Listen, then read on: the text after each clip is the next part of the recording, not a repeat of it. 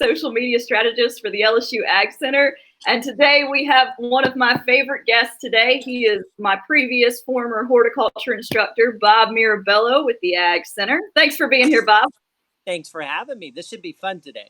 Oh, yeah, definitely. So Bob is actually here to teach us all about plant propagation. And he's going to give us a tour of his backyard, which will be awesome because I'm sure there's a lot of things to propagate over that way, Bob. There's a lot. Actually, most of the stuff in the backyard I did propagate. So. Oh, cool. Okay. Could you tell us a little bit about yourself and like your background with LSU, with the Ag Center? Sure. Yeah, I usually tell this story to the students, but I'll go ahead and tell it to everyone. My name's Bob Mirabello, and I originally am from Wyoming. I'm from all the way up north, and I made my way to LSU by the way of the University of Arkansas. That's where I got my bachelor's and my master's degree in horticulture. I had a wonderful opportunity in 1998 to come to LSU to be an instructor, which in reality is kind of an unusual position, a faculty position at a major land-grant university with only a master's degree. But I was hired to be a teacher, and that's what I enjoy doing mostly. And my time at LSU has been a lot of fun. I literally came to LSU teaching one class, general horticulture, which I still do. And over the next few years, I started teaching plant materials with the Landscape Architecture School. Dr. Keeney and I started creating a landscape management curriculum in our department and added a lot more classes to that. Bob, your internet connection is a little bit. Hey, Bob, your internet connection is a little bit. You're blurry. I'm blurry. Yeah, you're a little bit blurry. I don't know what to do about that. That's okay. We'll keep going. It'll be fine. Uh-oh. Oh, sorry, guys. We lost his connection for a minute. He will be right back. Let me get him back. All right, Bob. Up here he comes back. We can hear you. Now we can see you. Yay. Hey, Bob. All right. My director was messing with my phone, so I fixed it. Did she fix it?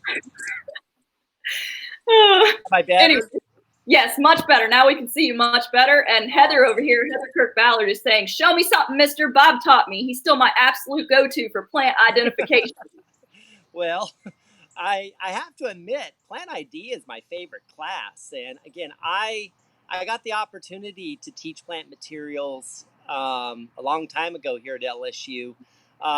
Right now, we teach 3 different plant material classes, 2 classes in woody plant materials, and this semester I'm actually teaching herbaceous plant materials. Almost everything I'm going to show you today is literally a herbaceous plant. So okay. I also teach 4 other courses in landscape management. So again, I am a busy instructor. I'm busy doing that. That's all I do. I teach literally 4 classes a semester, or if not more. And that's, again, it's been a little challenging this semester with the shutdown in the middle of it. It's I'm sure. When you teach courses that have labs, what do? I mean, right. I have a good friend in political science who teaches online. He's been fine. His class is all designed to be online, but I had to, have some kind of lab component. So I've had to go out and create video, create content. Okay. So I'm very fortunate that my daughter, who's here with me today, she is my director. Shout out to Olivia. Yeah, there she is. That was her best side. She, took a video editing course in middle school last year. And so that's come in very handy to have somebody skilled to put it together. So she and I have been having a lot of fun. We just spent the day yesterday at Burden doing a little grafting out at Burden, and hopefully we'll be able to post that video tonight. Right, Olivia? Sure. Well, we wanted to have you on today so you could show us some propagation and, teach the whole public how to propagate a little bit today, Bob. Yeah, propagation is just really kind of the cornerstone of horticulture. Everything we do kind of is based on how we grow the plant. So any good horticulturist, any good gardener really enjoys propagating. And what you find is that a lot of the material that is here in my yard, a lot of material that I basically landscape with, I grow it myself. Now, I was thinking about this earlier that I'm going to be showing you the easy way to grow things. I'm going to show you how easy it is to grow sweet potato. And I don't want to tell you, don't go to a local garden center and buy plants, but so buy one and propagate it. But I do a lot of that. But again, propagation is something that I've been very fortunate to also teach at LSU. I've been teaching propagation over at BRCC for about 10 years, 12 years, Wow. maybe. I know, Could you yeah, time explain flies. what propagation is to everybody so they kind of know what it is if they're not familiar with it? We use the term propagation essentially to recognize how we're going to reproduce the plant. Um, most propagate, not most, but a large amount of our propagation is simply planting seeds. We Sure. plant the seeds, grow the plant from seeds. There's a lot of other clonal techniques that are also used, and those clonal techniques can be very simple. Some of the division we're going to do today is very simple, easy to do. Cuttings, depending on what you're trying to root, can be somewhat easy to do. Where then as you move further along into grafting, micropropagation, you're talking about a lot more skill, a lot more, a lot more detail. But we're really talking about growing plants. How do we reproduce the plants? So again, I'm going to show you today a lot of the techniques that we will learn in our labs and our classes, things that I just do here in my yard as I basically collect plants, grow plants, give plants away. I've got so many plants right now, and it's not even funny. It's this little what are we gonna call this? Quarantine? Stay Yeah. at home? I haven't stayed at home a lot. I got to Yeah. teach class, but I have so much free time on my hands. It's funny. I've turned into a literal vampire. I spend my daytime hours in the yard and my nighttime hours actually doing my classwork. And then Fair enough. sometime in there I sleep. I Yeah. sleep in there. There's my videographer. This is Olivia, my daughter, and she's been very helpful with all the videos that I've been posting on Facebook. And she's going to be our director. She's going to be actually following me around the yard here pretty soon. Great. So what are you going to start propagating first for us, Bob? Well, I decided to show you some of the division techniques that we use. And division is a process where we're basically looking at certain plants that produce generally types of specialized stems, rhizomes, tubers, stolons, and we can essentially break those plants apart, take a piece of it to produce a new plant. The term division can also recognize where we literally take the structure and cut it into sections. There are some things, again, most of you are maybe familiar how you can take an Irish potato, which is a tuber, and as long as it has a vegetative bud, what you call the eye, you can cut that into sections and that can produce a new plant. But some of the things that I'm going to do today are going to be, again, things with rhizomes, things with some other offshoots that you can simply take apart.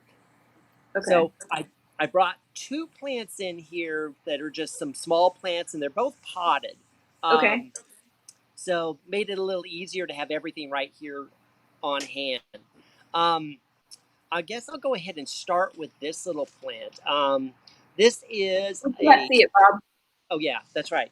Video girl, grab the camera. We're gonna start zooming in. Here we go, y'all. Okay, so we gotta play with this a little bit. So what I have here. Put it on the plant. Yeah, or down here. All right. How do I switch? Oh, here we go. Okay. So what I have here is a little aloe species. Now I was joking with my plant class the other day because it's actually pronounced aloe. It's not aloe. I know everyone wants to say aloe, but it's aloe if you look at the Latin. And actually, this plant that you're looking at, I'm not absolutely sure it's an aloe species. It may have been reclassified as a Haworthia, I think. Okay. But I received this plant years ago from one of my major professors, and he called it aloe, so I'm calling it aloe. And he referred to this cultivar as Pepe. So I don't know, but you see it's very tiny. But what you see, the rosette here in the middle is the mother plant. But off to the sides, it is producing a tremendous amount of these little offshoots. Okay. And if I look really closely, each of these offshoots is going to produce a new plant. So what I'm going to do is I'm essentially going to go in here and cut these little offshoots out. Okay. And there's a tremendous number. This one little plant, I'm going to probably have, I don't know how many plants I'm going to get out of this. We'll see. So there's another one. I'm just going to kind of lay them out. See what I have over here. I think there's another one. Oh, that's a big one. And what do you suggest people use to cut them with, Bob? Cut them off. I am using a knife right now, but you could simply break them off. Okay. This is just a little easier, little cleaner cut. I'm not doing as much damage to the tissue because the goal here is not just to propagate this, but also save the mother plant. Okay. So I have the mother plant here, and I've actually removed a fair amount of that root system, but it is going to survive. It's going to continue to root, and I'm going to be able to basically transplant that back into the pot. But if you look closely here, you can see I've actually cut out 5 new little plants. Some of them have roots. Some of them already are rooted.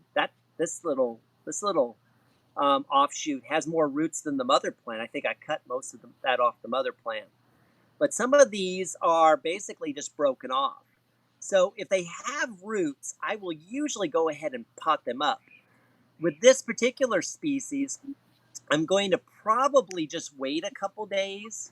Okay. Let the wound actually callus over a little bit, just dry out a little bit, and I will get new root formation from that. So I've basically taken the one plant, and with the mother plant, now I have 5 more plants. And we'll pot those up. And again, those will grow over time, produce, again, a plant somewhere like this size. And I had this in my lab up at LSU, and I just kept, it was too dry, too hot in the greenhouse for them, but too wet outside. So I just brought them into the lab where I can monitor them a little better. And I've essentially just started growing them out, and I kind of hand them back out to the Hort Club, let them sell them. But over the few years I've received this plant, I've probably produced 100 plants out of this. Out of this one plant, produce 100 plants. So again, it's something that I can just keep propagating. And again, this would be a commercial technique. This is how a commercial grower would also produce these if they were growing this species. So again, that's a very simple thing to do and a very easy thing to do. But there are some other species out there that are going to be a little bit different than this aloe.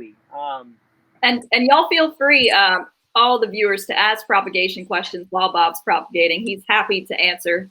And anyways, Bob, sorry, I didn't mean to interrupt. You're not interrupting. So one of the other techniques, of course, is when we start looking at a lot of our perennials that we use in the landscape. And many of these perennials can also be broken up. This is a ginger. This is an Alpinia nutans. This is a cardamom ginger. But this is a plant that was propagated by, again, taking the offshoots and potting it up. This was actually done in my propagation class last spring. So the class was able to divide this up, take the small shoots, pot it up, and over the summer last year, it grew into this fully potted plant. And basically, this is a saleable unit. This is something you could sell, but you could, like they did in class, actually dig this plant up out of the ground. So if they dig it out of the ground, you're going to see that it essentially is growing by just producing offshoots, short rhizomes. And again, each of these shoots is essentially a new plant. So again, I went ahead and I'm using this. This is kind of a funny tool. Anybody know what that is? You know what that is? Is that that's one of those things you chip away. What's it called? Paint thing? It's a paint scraper. Yeah, the paint scraper. Couldn't think of the word. Yeah. I was doing a lab a few years ago, and we were planting annuals in the landscape, and I could not find a single one of my trowels. And I looked around, and we had a whole bucket of these paint scrapers left over from a project. And I'm like, you know what? They're going to plant with those. And this is one of the best little tools I've ever found to use in the garden. I plant about everything with paint scrapers. So you could do this with a knife, but again, I'm going to basically just kind of cut through, break this apart. This is a cardamom ginger, so it actually smells very nicely. As I break through, I can separate this out. And you can see I'm not being really kind to this thing. But there's that little short little rhizome, little short shoot. And that becomes a new plant. And I can essentially just pop that up. Now I try to maintain as much of the roots as possible. And again, it's pretty dense. Woo, that sucker's dense. Yeah, it's a little denser than I thought. I should have probably cut this up a little bit beforehand, but hey. Oh, and Zoe says the Horticulture Club sends its love. Okay, I love you all too. I was just thinking of the Horticulture Club the other day. The Horticulture Club still has a whole bunch of citrus trees they need to sell. So as I break this up, you see I'm making a mess. That's the other kind of interesting thing about horticulture. Again, most of us are just little kids that like to play in the dirt. So That's true. I found a job that I could play in the dirt all day long. So I'm going to cut and break this. Let me try it again. Try not to cut my finger off. Olivia and I made it through the grafting video without me cutting myself, so that was good. But basically, I have several little shoots. I have some root system, and this, again, can very easily be repotted. So I went ahead and brought some potting media. And I'm going to go ahead. What kind of soil do you recommend, Bob? Well, for most of the things that we do in propagation, we want something, especially when we're trying to establish this, something that's really well aerated. Something that we have good drainage. That's going to be really important later on when we do some cuttings. But again, I'm using kind of a standard houseplant mix. I think I'm using the mix. Didn't Dr. Bush just do a little promo? Yeah, for Tiger Grow? Yeah, I'm using Tiger Grow. So again, I know it's Dr. Bush is involved when it has sand in it. Dr. Bush loves a little sand in his media. So, but I know it's also going to be really well drained. But again, there's your plant. And honestly, this little guy it's under a little stress right now. I've just kind of ripped it away from its home. I've removed a lot of root system. And so I'm going to have to give it a little TLC. I'm going to go ahead and water it in. And this is a tough little plant. This will be as big as the original plant by the end of the summer. And it'll be, again, a full pot and ready to go. And again, a lot of the propagation like this is essentially exactly what the Hort Club does. We do a lot of this propagation, produce plants, and again, we are producing them to try to sell these plants later on. So something that you can basically call a saleable unit, something you would see at a garden center. So when I do this at home, I'm obviously not planning to plant this at any specific time. A lot of what we do from a propagation standpoint is going to take some time. Okay.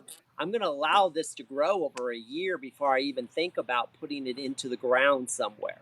I'm going to show you in a few minutes something similar. We did this just recently with daylilies. I had one daylily. I separated all the shoots out into individual pots. I grew those pots out for over a year. And now they're well rooted. Now they're planted in the landscape. So again, for me, my garden's always a work in progress. It's always something that's being planted, something that's being added. Gardening in Louisiana is very challenging. We live in a harsh environment, and so some things are going to do great, and some things are going to struggle, and some things you just need to give up and replace and try something new. But that's part of the adventure of this. It's kind of fun to be able to try different things. But again, these techniques are fairly simple. And Now, Andrea said, I'm so using my scraper in my garden from now on. So she just learned that you can use a scraper. Bam! I've used everything. I have planted entire planting beds with a nice sharp stick. So, but like I said, the paint scraper it has a good handle. It is sharp and it's strong. And it does a great job. I bet some of the viewers who are watching this have used little garden trowels that eventually the weld breaks. And this is tough. Yeah. And Bob, when you plug the Hort Club trees, we have one. Sue is saying, I'd love a citrus tree. And Markel says, what's the discount on those citrus trees for former Hort Club members? Well, I'm sitting there staring at them, and the Hort Club was planning to have a sale at the end of the semester, and I don't know what the status, whether they can have a sale or not have a sale. I'll tell you something funny. Again, I know there's been a lot of people at home or have left Baton Rouge. I drive into campus every other day. I have stuff at the greenhouse. I'm doing things for class. The LSU lake there on Acadian, that parking lot is full. It's full. There's 100 people walking around that lake every day. There's two or three food vendors out there every day. And I'm like, man, the Hort Club should just have a sale right there. Get rid of these 40, 50 trees. So, oh, goodness. Yeah, I'm not gonna promote. I guess I shouldn't promote that. But again, there's a lot of people getting out on campus. It's kind of nice to see people out and about. But again, these techniques work very well. And I made kind of a mess here. I'm not going to plant every single one of these right now. But how many plants do I have here now? 2, 3. I could probably break that into 4. So division is a really good technique you can use in your backyard, is basically what you're showing us. What kind of plants can be divided, Bob, besides like the gingers and aloe? Well, as I mentioned, the daylilies are a very good choice. A lot of your ground covers, Agapanthus liriope. In my experience, I do a lot of our division with some of the ornamental grasses. That's a very easy thing to divide up. And I guess the other thing I wanted to mention, Anna, was I made a big mess here, tearing things out of pots. These techniques can be done in the field, where you would actually go into the dormant season, go into the winter time, where you would actually dig it out of the ground. And you can slice it up and plant it in another location very easily. So you can take one plant, divide it up, and make it into multiple plants, but just put it right back into the ground. I'm kind of showing, just for convenience, things that I'm putting back into pots. But I will show you the daylilies. Should we get up and take a look around? Yeah. Brenda asked a question. Can you divide ferns? Ferns? Ferns. Ferns. Yeah, ferns. Yes. The answer is yes. Yeah, a lot of ferns. Ferns are going to have basically 2 different ways they grow. Many of them produce rhizomes. We use the Nephroleptus, the sword ferns, very frequently, and they'll put out shoots, and you can literally pick those off and transplant them. I have that particular species up at our office at J.C. Miller, and everything at J.C. Miller literally started with one 10-inch pot that I quartered, planted, and now it's like aggressive weed everywhere. You can't get rid of it. Some ferns are more clump forming, like we kind of saw here, but you can separate those out. but ferns would also be a good plant you could do this with. And In the lab, besides the gingers, we would also do the ornamental called society garlic. Works really well. I always feel bad for the group that gets society garlic because they go home smelling like garlic. Um, we also do canna lilies, and I do have some canna lilies out here in my yard that we just recently transplanted. So from again a simple division technique. Brenda says, thank you very much. And we have a question from Nandria asking, how would I propagate my azaleas? Can I divide them? No. Azaleas are essentially a woody plant, which almost all of the propagation of azaleas is done by soft and semi-hardwood cuttings, which I can kind of show it to you out in the front yard when we get out there, what that would look like. Occasionally, azaleas will produce stems that grow very close to the ground level, and they do actually start producing roots. And that technique would be referred to as a layering technique, where Okay. the shoot is next to the ground and actually roots into place there in the ground. If that occurs and you find that kind of stem toward the ground that has roots attached to it, you could remove that stem. But that would be, again, that's what we refer to as a layering technique. Layering is, again, layering is nothing that we do, let's say, commercially. It is a very good home kind of gardening technique. But if you have things that root relatively easily, putting the stem down in contact with the soil and allowing it to root directly in place, and then when rooting has taken place, you would cut that section out and transplant, cut it away from the mother plant. But with azaleas, like I said, commercially, they're going to take cuttings. Azaleas are weird. I mean, I've always been surprised because there are so many azaleas, obviously, in the nursery trade that you would think that they're very, very easy to propagate. But there's an art form to propagating azaleas, knowing exactly the right timing to take that young tender shoot. Basically, what you're saying is that one's better to buy at the store than try to propagate yourself for the most part. Well, that's the funny thing. I have a friend who when he was a young boy growing up in South Carolina, would root azaleas. He would go out, he'd cut them in the spring from that good kind of semi hardwood growth, and he'd root them fairly easily. Really? Yeah, it's a timing thing. It really is knowing just the right moment to get it. And I believe when he told me the story, I asked him if he had ever used any kind of rooting hormone or something like that, and he said no. He just kind of stuck them. He did it as a home project to make. He made money. He would sell them. Cool. Yeah, it's kind of cool. Yeah. Heather's asking, when is the best time to divide bulbs? Bulbs.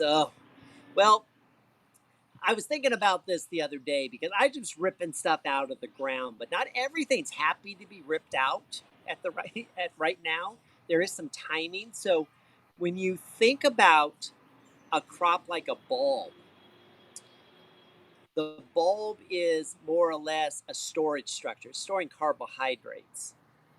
If you rip it out of the ground when all those carbohydrates are used in the bulb, then it's going to have a very hard time producing new roots and establishing. So you want to essentially do it when the bulb has replenished those carbohydrates. So if you think about a crop, one of the crops that produces a bulb that I have here in the yard is crinum lily. Mm-hmm.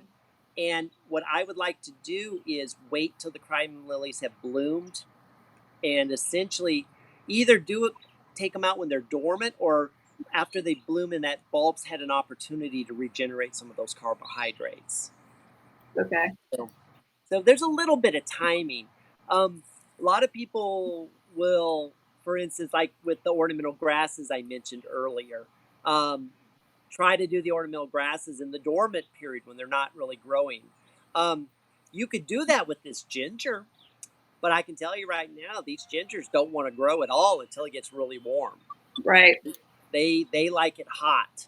So you could divide them and they're just going to sit there and they're not going to do a whole lot. If you divide them now and it starts getting warm here in the early part of the summer, they're really going to start growing new shoots, new roots, and establish pretty well. So every species has a little timing issue.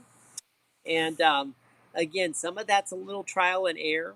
Some of it trying to make an educated guess on the best timing. But fair enough. You want to show us around your yard, Bob? yeah, let's go take a look, and I can kind of point out some of these other things that we have done. Yeah, definitely. That's fine. Put this down. Grab a phone. Oh, and Jennifer Neal says she misses you, Bob, and she'd definitely buy a citrus tree. Oh, great. Hey, I'm doing Hort Club a service. I miss you too, Jennifer. I still have your phone number on my phone. Every time I have a student issue, I want to call you. So we're going to go ahead and we're going to go mobile now. We're going to go out, go for a little walk around the yard. I'm not going to do necessarily show and tell unless you just want to show and tell. But some of the things I will point out that are in my yard that we basically did exactly the way we just described this is the way things were produced. I just thought of one plant I didn't mention earlier. But I just showed it to you. But let me walk over here. Make sure to get close to the camera, Bob. Your audio. So here in the corner of my yard, this is another large Alpinia ginger. This is Alpinia zarumbit, what they call shell ginger. And these gingers are very tall. They're going to get, about 8 feet tall. But this clump that's here could be propagated the exact same way. And it was. I dug this from J.C. Miller. I had this growing up in my office. I took a clump out and basically took the whole clump and just planted it right here in the yard. So, again, something I didn't have to go purchase, but it's something that is from J.C. Miller. But let's go take a look at those daylilies that I mentioned a second ago. And Cindy, Bob, is asking, can I divide my iris and my elephant ears that appear to need to be separated? Yes. The iris is kind of an interesting plant. I've got some irises down here that I'll show you in a second. But yes, irises are producing rhizomes. The elephant ears are producing tubers. And so those can be easily divided out. And I'll go ahead and show you some of that in a second. Cool. So let's walk out here. Starting to get a little shade in the backyard now. But here along the edge of this border are daylilies. And this was one plant that I had growing over on the other side of my yard. I didn't like it there. It didn't get quite as much sun as I would like. And so I dug it up last year. When I started dividing out those shoots, 1, 2, 3, 4, 5, 6, 7, 8, I ended up with 9. So each of these shoots went into one of the pots. I essentially allowed them to grow over the year, and just recently put them into the yard. But this is the shoot. Again, this is that one shoot. It is now very well rooted, but I've basically taken one daylily and made 9 daylilies out of it. Should we take a look at those irises? Yeah, definitely. All right, let's go ahead and watch it. Your Wi-Fi is kind of bad back there, Bob. All right, we won't go any further. As far as we go. Can you still hear me? Yep. Okay, so right here, these are Louisiana Iris. And again, these iris produce very distinctive rhizomes. Now, I don't know if I'm going to be able to... Let's see if I can find you one. The ground's a little soft right here. I don't have my paint scraper. You need your paint scraper with you, Bob. I know. I'll find you one. Find you one that's little. But basically, these are producing these rhizomes. Now, the Louisiana Iris are beautiful and, for the most part, have completely finished blooming. You can see the foliage still looks really nice. So that rhizome, which is, again, a storage structure, storage for carbohydrates, has used a lot of those carbohydrates to produce flowers. and seed, fruit, and seed. But soon, as this foliage here starts again to produce more carbohydrates through photosynthesis, that rhizome will start to get recharged. When that happens, it's a good time to go ahead and divide these out if they're getting a little thick. The other thing with the Louisiana Iris that I've discovered is that once they kind of finish recharging that carbohydrates in that rhizome, they do start looking a little shabby. They decline a little bit. It gets hot. Some of the other irises don't look as quite as bad. So again, we come in here, just clean this all off, separate these rhizomes, and then basically have an opportunity to replant them. Actually, all of the iris that are right here, it's a little grouping of different Louisiana iris selections, all came from, again, a former student friend who collects them. And he basically, about this time of the year, started to cut and divide all of them out and just brought me a couple big bags of them. Do you think you could pull one out if you got your paint scraper? Oh, yeah. I can do it. Actually, just let me find one that's a little closer to the ground. All right, Bob. I know I'm being difficult. What else is new? Carla is asking. Anna, Carla's asking, would you recommend commercial soil or topsoils, or what to look for when adding dirt soil to your backyard plants? Maybe the difference between potted plants and beds. Say that again? Would you recommend commercial topsoils, or what kind of dirt would you look for your backyard plants? Maybe the difference between potted plants and bedding plants. Like what type of soil, I guess, she's asking to use. Yeah, I'm here in, I don't know, where am I? Southeast Baton Rouge. And I'm in a floodplain soil. This is a heavy, thick, silty clay. And so when I amend this, I add essentially what you would refer to as a bed builder, which is essentially a composted pine bark, maybe with a little sand in it. And again, it's amazing when I put it into the soil how eventually it disappears, but it does help the plants kind of get established. But the soil in our here is very difficult to work with. My backyard is a mess. It's this thick, heavy soil. There was nothing in my backyard when we moved here 10 years ago. It was basically a dog run. And so I've had to bring in a lot of different soil materials to basically get something where things can grow. But some of the areas where I have annuals or I have plants that I'm going to plant over, change over throughout the seasons, I will continually add more pine bark, more bed mix into those to try to get them a little looser and a little easier to work with. Okay. Try to build them up a little bit. We're going to see that in the front yard a little better. Okay. The backyard, the backyard is kind of a strange place. Grass is horrible. A lot of people spend a great amount of time on their front yard because that's what everyone looks at. But then some people spend a lot of time in the backyard because that's where they are. I've kind of done the first. I've kind of worked the front yard first so it looks kind of good. And the backyard's been a work in progress. We have dogs. One dog right now. We have a dog right now. And bless his little soul, he loves digging everything up. He digs everything up.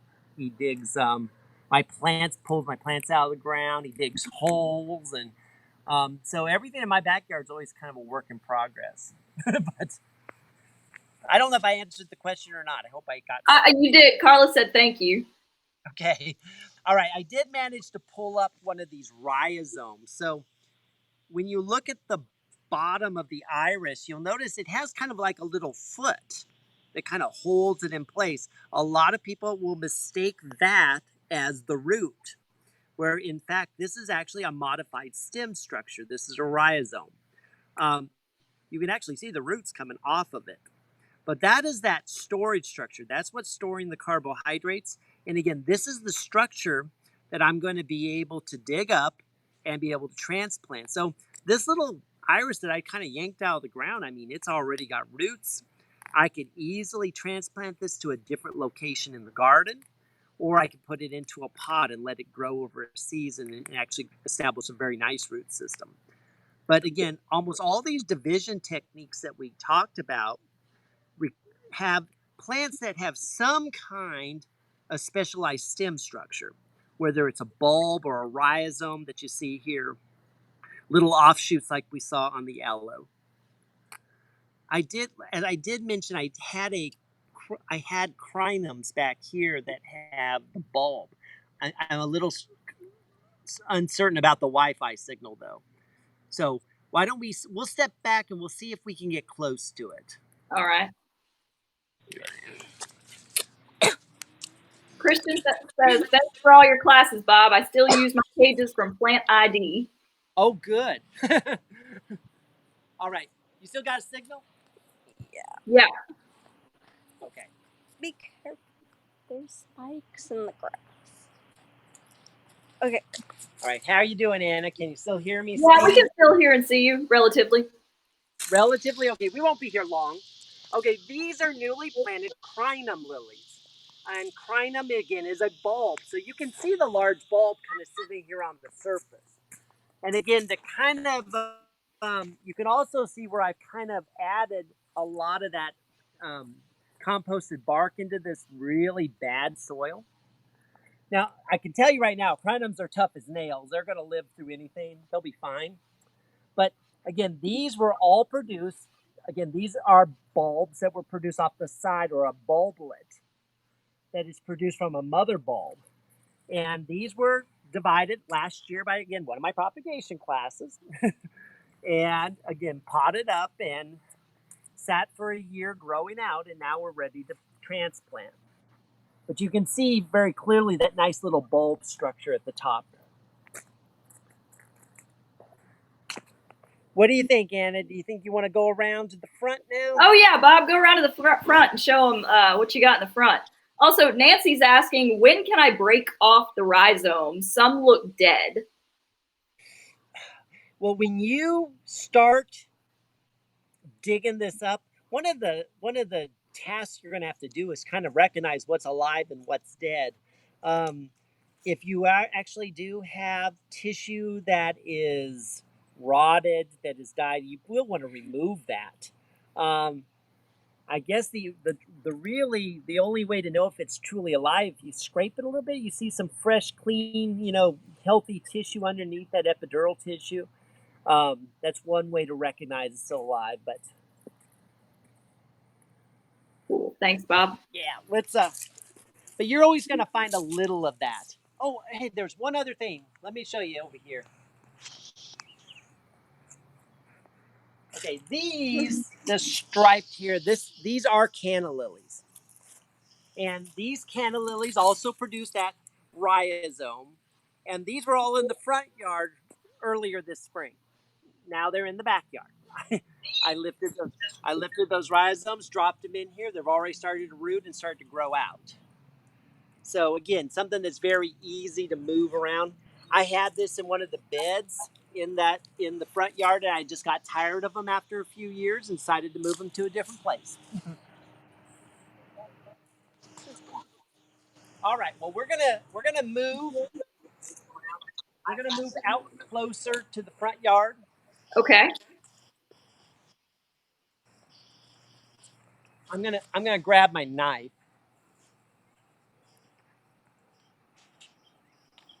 And my pruner. And let's head out to the front yard.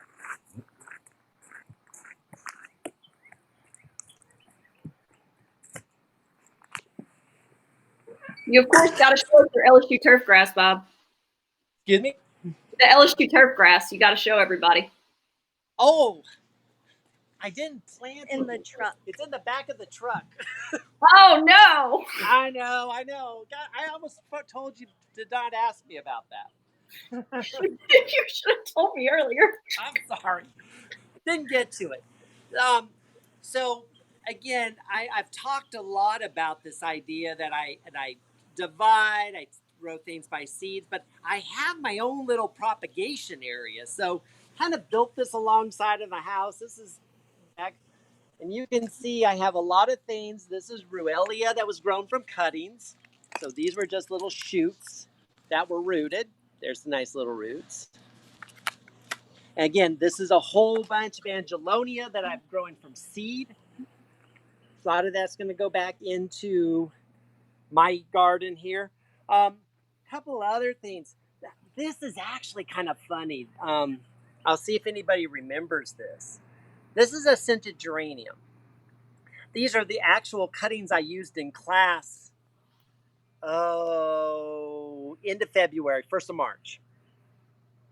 I cut these. I had them in water for a little while, and now they're planted and growing. So that's awesome.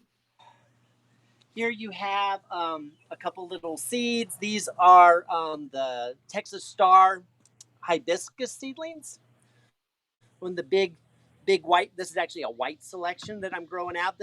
That's one of the things I've done in all this free time is to kind of clean out my seed refrigerator full of seeds and just plant stuff. But what I want to do is now is kind of shift into other propagation techniques and actually look at things that we actually would take cuttings from. Because here I have a lot of different plants that I've actually physically taken cuttings. So I have some Tibicina here. I stole this out of my neighbor's yard. These are actually all little hydrangea cuttings from my front yard. I'm hoping to have a few more hydrangeas. My wife loves hydrangeas, so I've got a whole bunch of hydrangeas started here. And again, a few other little things here and there, but there are a lot of plants, especially the herbaceous stuff, that's very easy to take cuttings from. So let's walk over here. I'm going to show you a couple things. Anna, where can you find the live? Someone asked on like comments on Facebook or whatever. Oh, where can you find the live video? Yeah. Yeah, so guys, everyone, just to let you know, you can find the Facebook Live on the LSU Ag Center's page. And once we're done with the broadcast, it's going to stay on the LSU Ag Center's Facebook page. So don't worry, like if you didn't catch it live, it's all right. It will still be there and you'll be able to watch it in the future. Okay, thank you. I can go back and watch it? Yeah, Bob, you can go back and watch yourself. That's kind of scary. Watch yourself. So, well, here is a plant that is super easy to propagate. This is sweet potato. This is one of the ornamental sweet potatoes. This is a selection out in North Carolina called Bewitched Green with Envy. It's just kind of a beautiful. Yeah, don't tell my boss that I'm growing this. But if y'all don't know, my boss is Dr. Don Labonte, who's the sweet potato breeder, and Dr. Labonte just came out with the first edible ornamental sweet potato. This is not, you wouldn't want to eat this one, but it is sure pretty. But this started, and it was over there in these other pots. This literally started from one little stem. And I'm not going to tell the story of where the stem came from, but it was acquired. And it basically came home with me. And again, this is a species that really just roots so easily. So here, from this little stem, I'll just get rid of these leaves. Dr. Labonte would refer to this as a slip. Is basically all you need to start a new plant. This will root within a matter of days. So down here at my feet, you can see a few of these that all I've done is stuck it into the pot, basically, and rooted it right out. Actually, I have some larger containers where instead of waiting for them to actually root, I just stuck this right into the container and let it root in place. It's kind of funny because most people are not familiar with how they grow sweet potatoes, the actual food crop, but that's all they use to plant the whole crop. They will take these slips and literally just stick them in the field. You know, spit a little water on them and they start rooting, and next thing you know, you have a whole crop growing. It's one of those interesting agrological crops, horticultural crops that is vegetatively propagated instead of propagated by seed. But this is such an easy thing to do. Like I said, I felt kind of bad. I mean, I don't want you to not go to your nursery and buy plants, but you buy one sweet potato, that's all you need. You'll have more sweet potatoes than you know what to do with, like I do right now. I don't know what I'm going to do with all these sweet potatoes. Bob, you're gonna need when the edible ornamental ones come out, like next year. You're gonna have to get some of those and show everybody. Yeah, I'll probably acquire some of those too. Um, I know where they are. So, but again, this is such an easy little thing to propagate. Now, right before we started, I kind of highlighted a plant that I was going to show you that I accidentally slipped it into a group of pictures for my class. Nobody actually commented that they hadn't learned that plant yet. But let me show you a plant called Turnera. This is my favorite plant. Mine too. It's so pretty. So, how's the sun looking? We okay? Your Wi-Fi is not real good right there. It's not. Not super great, but keep All trying. right, well, we'll go fast. So, so this is a plant that I've perennialized it in this location, and it's getting a little overgrown. So I went ahead and saved it for y'all. I'm just literally going to come back here and cut this whole stem out. Now, I could just prune this up and throw this all away if I wanted to, but again, this nice new growth right here is perfect for propagating this species. And so with this nice new hardened off, I guess you would refer to this as semi-hardwood. It does get a little woody. You can see how woody these stems would get. This is exactly what you would need to propagate this. So let's move to the front yard and where I've kind of have this set up. And let's see if the Wi-Fi signal is a little better. I'll tell you a little bit more about this plant. Yeah, it's a pretty cool plant. Yeah, the Wi-Fi's better, Bob. Oh, good.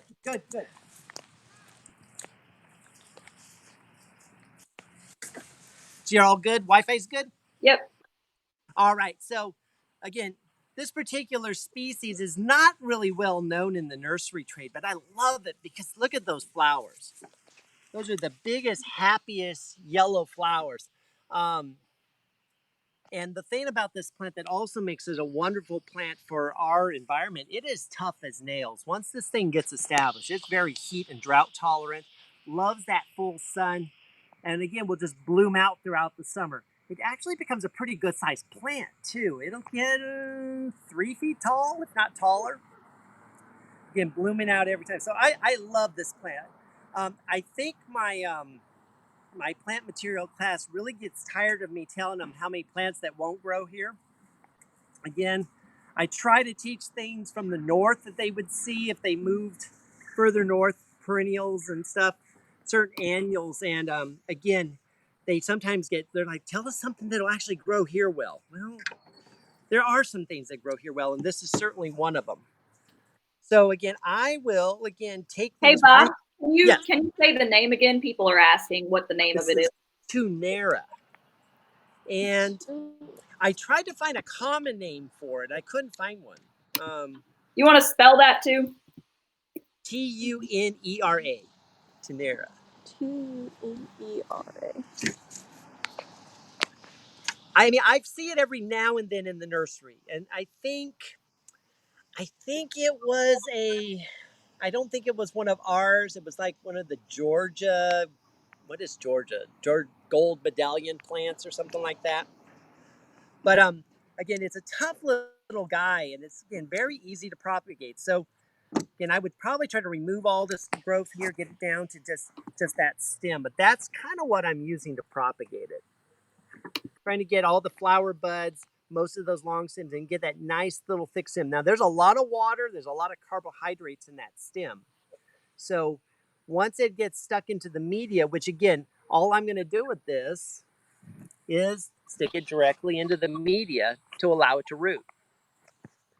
And it is going to take a little time. It's going to look bad. Here are some cuttings I actually took just a couple weeks ago. And you see some of these are a little wilty. They don't look too good. Let's see how they're doing. This is in a 6-pack. I think there's some roots. Yeah, there's some roots. not necessarily ready to be transplanted. I actually broke a lot of those roots, but it's on its way. It's on its way to be ready to transplant. And Sue, Kelly, and Cindy, the plant is called Tenera, and I also put it in the comments so you can look it up if you'd like. And Bob Olivia is asking, can Tenera grow in Missouri? Can it grow in Missouri? Yes, as an annual. As an annual, it would. And again, I'm gonna walk you over here. So these are some cuttings, but Oh. yeah, you see these little plants right here? These would be the cuttings I took. Basically, I took the cuttings at the end of the fall and basically rooted them out and transplanted. These are transplanted now into my garden. This plant, back out a little bit, Livy, is going to be this tall. By the end of the summer, it's going to be that big. And again, It's a nice plant. Yeah, and it's so here you can see I have one of the red penstemon, pennisedums, excuse me, the porterweed, the cleome, got the knockout rose, the ruellia. It's gonna right in the middle of this. It's gonna provide that nice big splash of yellow. That'll be bright pretty. LSU yellow. I was about to say, it kind of goes with the whole purple and gold planting theme too, guys, if you're interested in landscaping in purple and gold. And Bob Clifford is asking, what is in the media that you just stuck the Tenera in? The media that I stuck the Tenera in is literally the same potting soil. It's the Tiger Mix potting soil. Okay, the Tiger Grow. Yeah, if I was doing this in class, sometimes we will add a little perlite to it. Okay.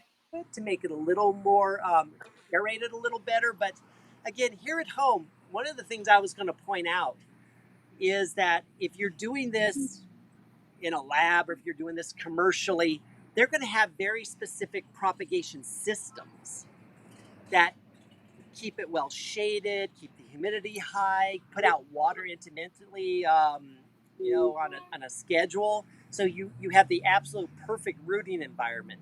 Here at my house, I don't have that. So you want to see my watering system? Let's see it, Bob. We want to see it. You want to see my watering system? Okay, follow me.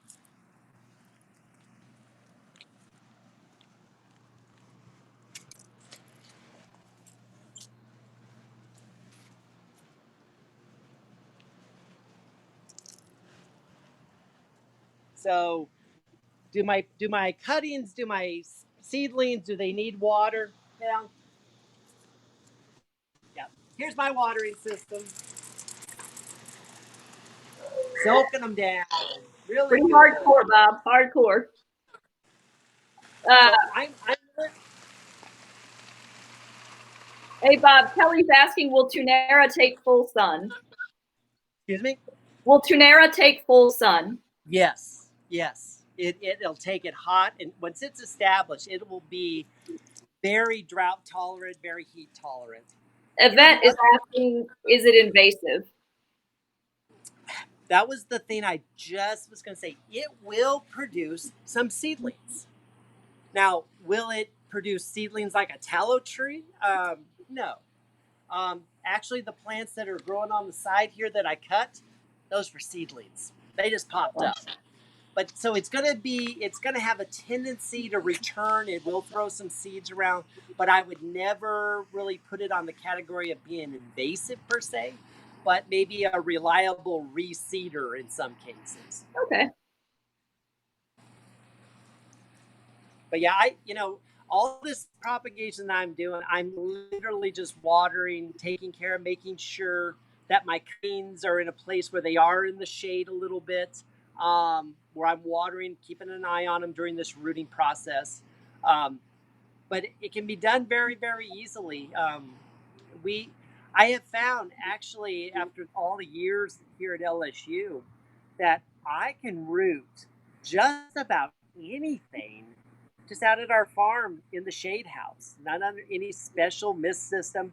In the summertime when it's warm and it's shaded, it's getting watered in there fairly frequently, I can root just about anything pretty easily. Some of the things here, for example, I guess a lot of the things that I hear, the reason that I've actually rooted them is because I had to cut them down. The hydrangea that I showed you earlier here, I had to prune the hydrangea, so I rooted it. I had to prune my neighbor's Tibicina, which is called princess flower. So I rooted it. I'll have plants. I'm my own little nursery. Hey, Bob, could you move? The Wi-Fi's not good right there. Yeah, we'll go ahead and go to the front. All right.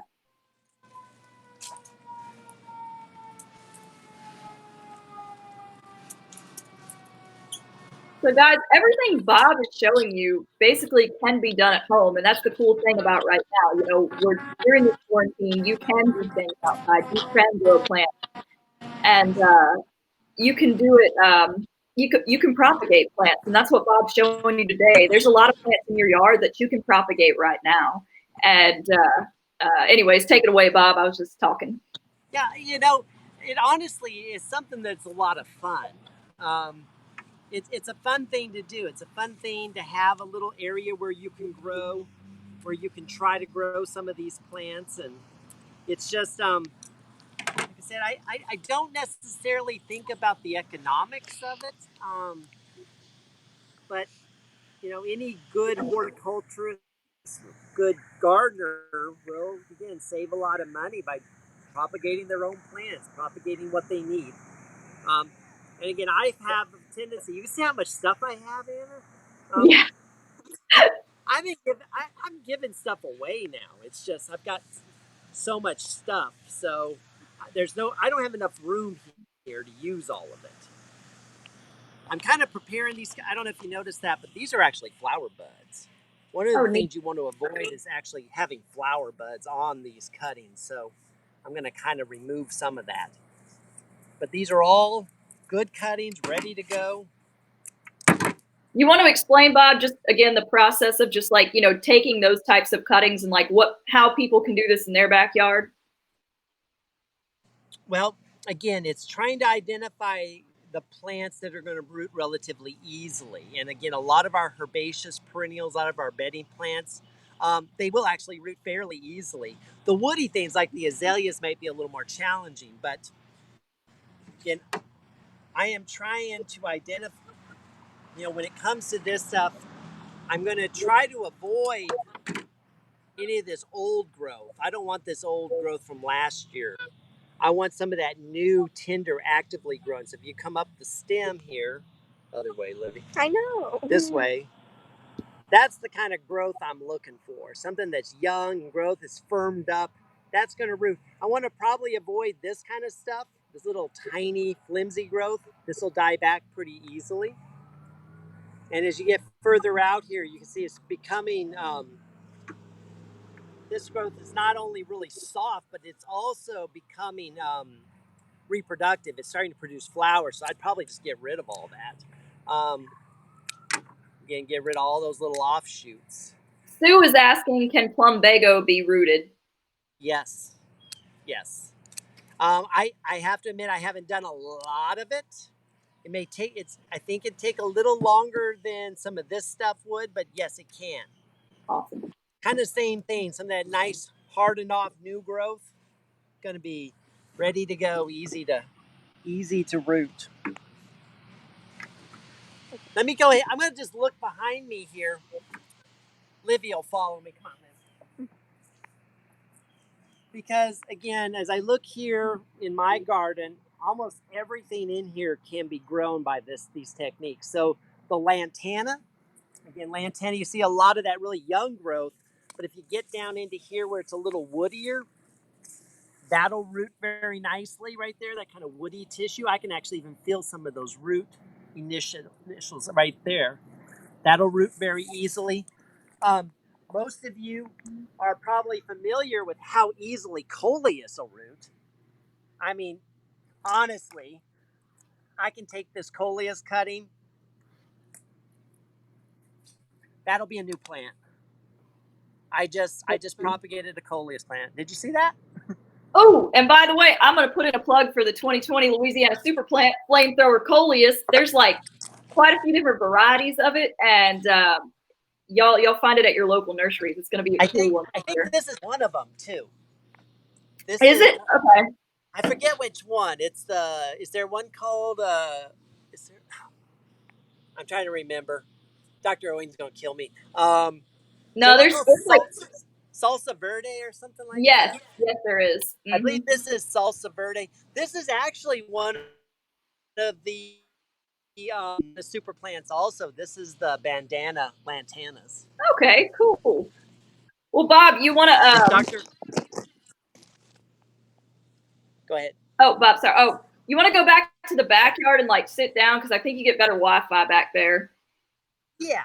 We'll head back there and we can try to answer some more questions and try to wrap this Yeah. up. Let's see. Let's go. I'm going to take this with me. Neat. So y'all check out the Flamethrower Coleus. It is out in stores slowly but surely starting out. And that's a cool one. It comes in 9 varieties, I believe. And we just put out an article on it. Can you see that, Anna? Yeah, we can. You know what that is? Is that milkweed? Yeah, that is milkweed. Same thing. And you know what that is? That's my milkweed that's returned after the monarchs destroyed it. Oh, that's cool. There was nothing but sticks here a couple weeks ago when the monarchs took it completely out. What is that? Those things right there? No, that one. That's a ginger. Oh. Yeah, ginger. Smile. Hey, Anna. Oh, it has to be. Oh, how are we doing there? Okay, y'all are getting better. When you go to the backyard, you get a little more Wi-Fi. Yeah. But yeah, Bob, if you want to kind of end it in the backyard and just kind of take the last few questions. Kenny says he's a day late and $1 short. He didn't know we were doing these live sessions. He's loving it and keep them coming. All right. Hey, this is fun. You don't realize how. Uh-oh. We have lost Bob. I believe his Wi-Fi connection. Oh, he's back on. Y'all back on? Okay, we're back. Are you there, Anna? Wait, I need Yep. to switch it. Oh, well. Okay. There we go. Are you there, Anna? Yeah. She's All right. So we have one last question, Bob. If we're starting milkweed from seed, when is the best time to start it?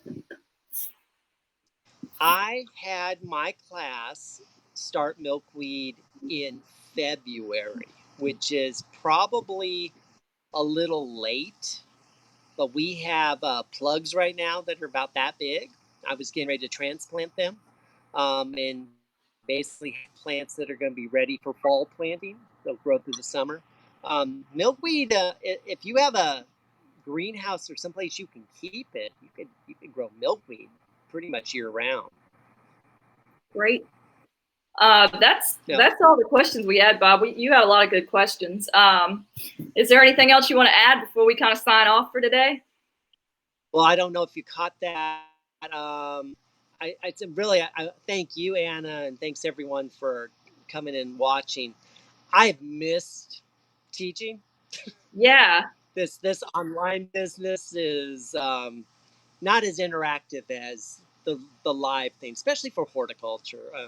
You really need to put your hands on this stuff to appreciate it and learn how to grow this stuff. So I really appreciate the opportunity to essentially do what I would do every day in class. I wanted to give you an opportunity to do what you do in class, Bob, because I was like, man, if you can't go to class, we got to bring the class to everybody. And Joanna just said it. She enjoyed being in your class again, Bob. Oh, well, you know, the funniest thing about the whole Facebook thing, I wasn't on Facebook till now. And I got on Facebook specifically so I could post these videos so the students have good access to what I'm doing in class, some of the lab work we're doing in class. I think I have more former students watching it than current students. And that's kind of fun just to have all the former students kind of reliving their days in class. So whether it's class or propagation class, it's been a lot of fun. So that's awesome. Well, thanks, Bob, for sharing all the knowledge. Sue says thank you, really enjoyed it. She loves gardening. And Kelly says thanks, Anna and Bob. So we will end it on that. And thank you for doing this. This was really great. I think people really liked it and learned a lot. It's great. I'm sorry about the Wi-Fi signal.